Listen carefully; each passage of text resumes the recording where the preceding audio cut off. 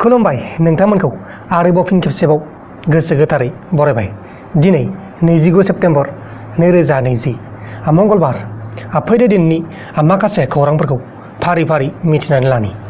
गिबि खौराङा जाबाय इन्डियान डिफेन्स मिनिस्ट्रिया इन्डियान आर्मिफोरनि थाखाय इउएसनिफ्राय 72,000 राइफल्स 780 कौटि रांनि बायना लाबोनायखौ गनायना लाबाय।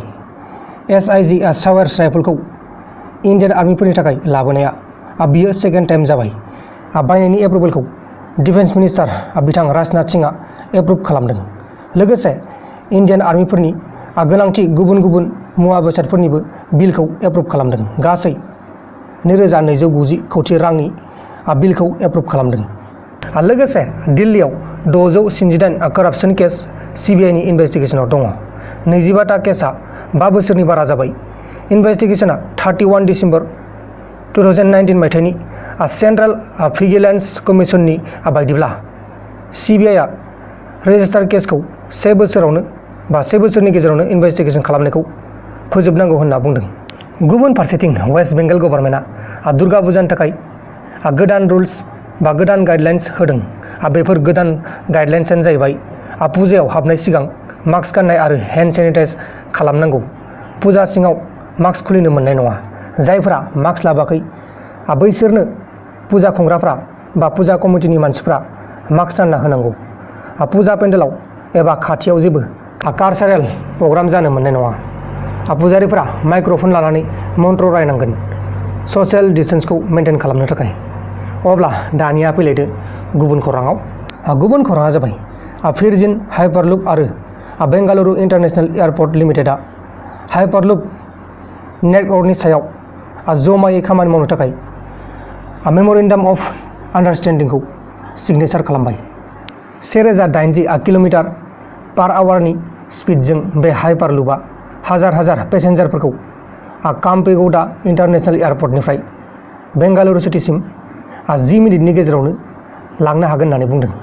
लोगोसे पान्जाबाव आबादारिफोरा आबादारि बिलखौ लानानै रेल रक' धर्ना होनायखौ 2 अक्ट'बरसिम बारायना होबाय। गुबुन खौराङा जाबाय इउटुब चेनेल सानसार निउसनि साहिल चौधुरीखौ मुम्बाइ पुलिसआ एरेस्ट खालामनायखौ लानानै महाराष्ट्रनि चिफ मिनिस्टार उद्धव ठाकरेखौ बुहुमनि बयनिसायबो आनफिट आरो रोंगौथि गैयै सासे सुबुं होननानै बुंदों आरो मुम्बाइआव गुन्डाराज सालायदों होननानैबो एक्ट्रेस कंगना रानावतआ बुंदों। अब्ला दानिया फैलायदो गुबुन खौराङाव।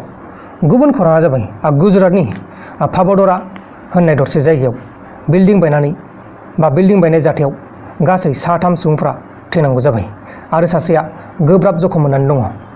लोगोसे वेस्ट बेंगलनि तृणमूल कंग्रेसआ दिदिर रान्नाघर ममताज किचेन मुंनि स्किम जागायबाय लन्च खालामबाय आरो बे स्किमनि गेजेरजों 5 राङावनो जाग्रा मुवा जेरै ओंखाम, दालि, लाब्रा, गोदै बायदि बायदि जाग्रा मुवा मोननाय जागोन।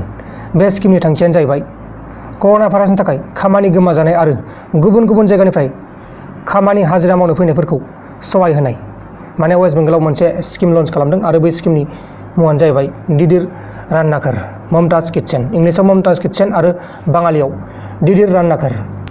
लोगोफोर दिनैनि बेलासिनि रादाबफोरा बेखिनियावमोन।